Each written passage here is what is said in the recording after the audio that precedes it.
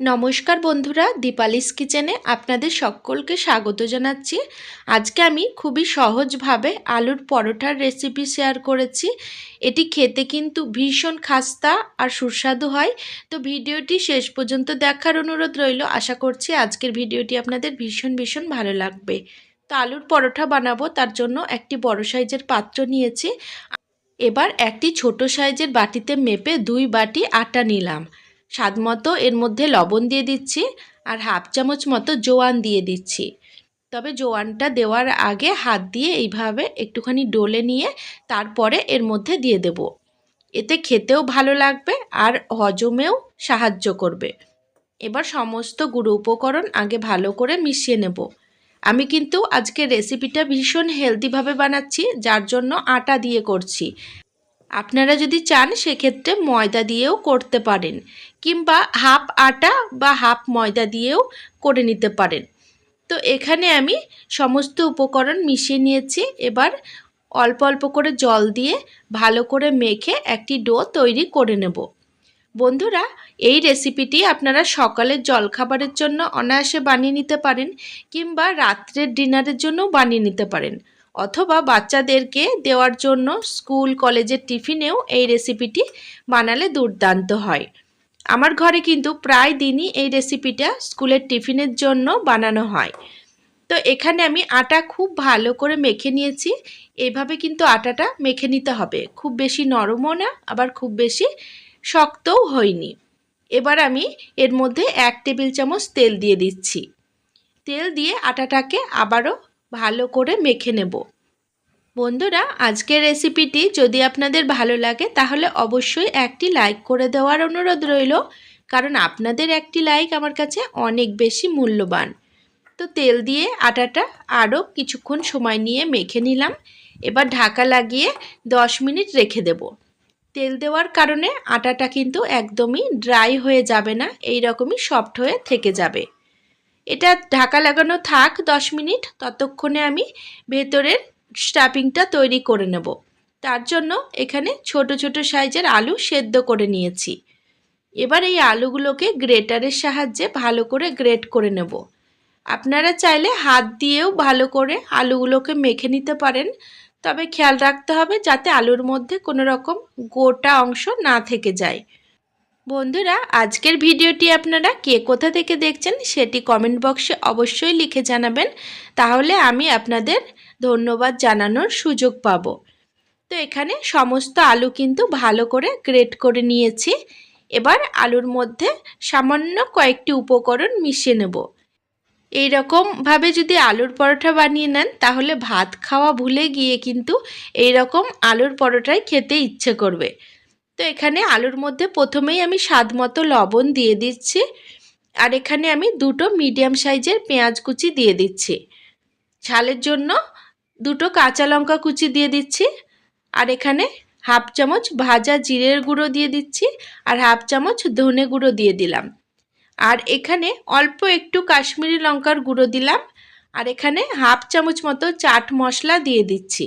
চাট মশলা দেওয়ার কারণে এই আলুর পরোটাগুলো কিন্তু খেতে ভীষণই টেস্টি হয়। আর এখানে অল্প একটুখানি বিট লবণ দিয়ে দিচ্ছি, আর বেশ খানিকটা ধনেপাতা কুচি দিয়ে দিচ্ছি। এবার সমস্ত উপকরণ হাত দিয়ে আবারও ভালো করে মেখে নেব। বন্ধুরা, ঝালটা অবশ্যই আপনারা আপনাদের স্বাদ বুঝে বাড়িয়ে কমিয়ে দেবেন। আমি কিন্তু বাচ্চাদের জন্য বানাচ্ছি, যার কারণে ঝালের পরিমাণ বেশি দিইনি। এখানে আমি আলুগুলোকে খুব ভালো করে মেখে নিয়েছি। বন্ধুরা, আজকের ভিডিওটি দেখতে যদি কোনো নতুন বন্ধু এসে থাকেন তাহলে অবশ্যই চ্যানেলটিকে সাবস্ক্রাইব করে পাশে থাকা বেল নোটিফিকেশনটা অন করে রাখার অনুরোধ রইল। তো এখানে ভেতরে স্টাফিংটা তৈরি করে নিলাম, আর এদিকে 10 মিনিট হয়ে গেছে। 10 মিনিট পর ঢাকাটা তুলে নিয়ে আটাটা আবারও হাত দিয়ে ভালো করে মেখে নেব। দেখতে পাচ্ছেন বন্ধুরা, আটাটা কিন্তু ভীষণ সফট হয়ে গেছে। এখন আমি এই আটা থেকে ছোট ছোট করে লেচি কেটে নেব। তবে আলুর পরোটা বানাচ্ছি, তার জন্য লেচিগুলো খুব ছোট করলে হবে না, একটুখানি মোটা মোটাই করে নিতে হবে। এইভাবে আলুর পরোটা যদি বানান তাহলে একটি আলুর পরোটা খেলেই কিন্তু পেট ভরে যাবে, দুটো খাওয়ার কিন্তু দরকার পড়বে না। তো এখানে সমস্ত লেচিগুলো গোল করে নিয়েছি। এবার এগুলো ভেতরে পুর ভরে নেওয়ার পালা। তার জন্য একটি চাকতা নিয়েছি আর এই চাকির ওপরে অল্প একটুখানি আটা ছড়িয়ে দিচ্ছি। আর একটি লেচি নিয়ে দুই পিঠে বেশ ভালো করে আটা মাখিয়ে নিলাম। আপনারা চাইলে এটি কিন্তু তেল দিয়েও বেলতে পারেন। আমি কিন্তু আজকে তেল দিয়ে বেলছি না, কারণ আজকের এই হেলদি জলখাবারের রেসিপিটি ভীষণ কম তেলে আমি বানানোর চেষ্টা করেছি। তো এখানে চারিদিকটা পাতলা করে বেলে নিলাম। খেয়াল রাখতে হবে মাঝের অংশটা যাতে একটু মোটা থাকে আর সাইডগুলো পাতলা হলে অসুবিধা নেই। তো বেশ লুচির মতো সাইজে বানিয়ে নিলাম। এবার 1 টেবিল চামচ মতো পুর এর মধ্যে দিয়ে দিচ্ছি। বেশ খানিকটা করে পুর দিচ্ছি, দেখতে পাচ্ছেন বন্ধুরা। আর এইভাবে কিন্তু আলুর পরোটাগুলো বানালে একটাও ফেটে যাবে না আর ভেতর থেকে কিন্তু পুরো বেরিয়ে আসবে না। ভেতরে কিন্তু আলুর স্টাফিংটা দিয়ে চারিদিকটা বেশ ভালো করে বন্ধ করে নিলাম। এবার ওপর দিকটা এইভাবে একটুখানি ঘুরিয়ে মুখটা ভালো করে বন্ধ করে দিচ্ছি।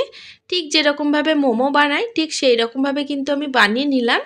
এবার হাত দিয়ে এইভাবে একটু চেপে চেপে বড় করে নেব, যাতে ভেতরে যে স্টাফিংটা সেটা আলুর পরোটার মধ্যে পুরোটা ছড়িয়ে পড়ে। তো এখানে হাত দিয়ে দেখতে পাচ্ছেন বেশ খানিকটা বড় করে নিয়েছি। এবার হালকা হাতে এইভাবে বেলে নেব। খুব বেশি প্রেসারে দিয়ে বেলবেন না বন্ধুরা, তাহলে কিন্তু ভেতরে স্টাফিং সব ফেটে বেরিয়ে যাবে। হালকা হাতে কিন্তু বেলে নিতে হবে। তো এখানে কিন্তু আমি অনেকটা বড় সাইজের বানিয়ে নিলাম। এবার আরও একটা আমি একইভাবে আপনাদের বানিয়ে দেখাচ্ছি। বন্ধুরা, আজকের রেসিপিটি যদি ভালো লাগে তাহলে অবশ্যই নিকটবর্তী আত্মীয়স্বজন বন্ধুবান্ধবদের সাথে ভিডিওটি শেয়ার করে নেবেন, যাতে তারাও আজকের এই দুর্দান্ত রেসিপিটি বানানোর সুযোগ পায়। আমরা অনেক সময় আলুর পরোটা বা ভেতরে পুর দেওয়া কোনো পরোটা বানাতে গেলে ভেতরে স্টাফিং কিন্তু ফেটে বেরিয়ে যায় আর বানানো কিন্তু একদম ভালো হয় না। তো আজকে আমি যেভাবে আপনাদের আলুর পরোটা শেয়ার করলাম এইভাবে একদিন হলেও বানিয়ে দেখবেন, ভেতরের পুর কিন্তু একটুও বেরিয়ে যাবে না আর খেতে চমৎকার লাগে। তো এখানে আমি ঠিক একইভাবে সবগুলো পরোটা কিন্তু বেলে নেব। অনেক সময় আমাদের ভাত, রুটি, পরোটা কিছুই খেতে ইচ্ছে করে না, সেক্ষেত্রে এই আলুর পরোটার রেসিপি অনায়াসে বানিয়ে খেতে পারেন। এটি খাওয়ার জন্য কিন্তু আলাদাভাবে কোনো রকম তরকারির দরকার পড়বে না। এটি শুধু শুধুই খাওয়া হয়ে যায়, অথবা একটু সসের সাথে খেতে পারেন, চমৎকার টেস্ট লাগে। তো এখানে আলুর পরোটাগুলো আমি বেলে নিয়েছি, এবার ভেজে নেওয়ার পালা। তার জন্য ওভেনের ওপর তাওয়া বসিয়ে একটি আলুর পরোটা দিয়ে দিলাম। এবার দুই পিঠ তেল ছাড়া ভালো করে সেঁকে নেব। তো সেঁকা হয়ে গেছে। এবার আমি 1 টেবিল চামচ মতো তেল এর ওপরে ছড়িয়ে দিচ্ছি। আমি কিন্তু বন্ধুরা অল্প তেলে বানিয়েছি, আপনারা চাইলে বেশ অনেকটা পরিমাণে তেল দিয়ে আলুর পরোটাগুলো ভেজে নিতে পারেন, তাহলে এগুলো বেশ ফুলকো ফুলকো হবে আর লুচির মতো হয়ে ফুলবে। আমি কিন্তু জাস্ট অল্প একটুখানি তেলে আলুর পরোটাগুলো ভেজে নিলাম, কারণ আমার ঘরে প্রত্যেক দিনই আলুর পরোটা বানানো হয় আর বেশি তেল খাওয়া একদম শরীরের পক্ষে ভালো না। যার জন্য আমি চেষ্টা করি এইভাবেই অল্প তেলে হেলদি আর মুখরোচক খাবার বানানোর। একটি আলুর পরোটা ভেজে নিয়েছি, আবারও একটি পরোটা আমি আপনাদের ভেজে দেখাচ্ছি। তো পরোটাটা দুই পিঠ একটুখানি সেঁকে নিয়ে আবারও 1 টেবিল চামচ করে তেল দুই পিঠে ছড়িয়ে দিলাম। তারপর আলুর পরোটাগুলো মুচমুচে করে ভেজে নেব। বন্ধুরা, এই রকম আলুর পরোটা যদি আপনারা বাড়িতে একদিন বানান তাহলে বড়রা তো খাবেই, পাশাপাশি ছোটরাও কিন্তু ভীষণ মজা করে খাবে আর ভীষণ খুশি হবে।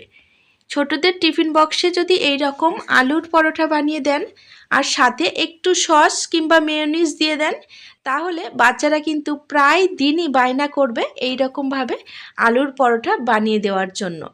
তো কালারটা দেখতে পাচ্ছেন কতটা সুন্দর হয়েছে। এটি কিন্তু খেতেও বেশ সুস্বাদু হয় আর একদম মুচমুচে হয়। তো এখানে প্রত্যেকটি আলুর পরোটা আমি ভেজে নিয়েছি আর একটি প্লেটে তুলেও নিলাম। তো বন্ধুরা এইরকমভাবে আলুর পরোটা একদিন হলেও বানিয়ে দেখুন, আশা করছি ছোট থেকে বড় সকলের ভীষণ ভীষণ পছন্দ হবে।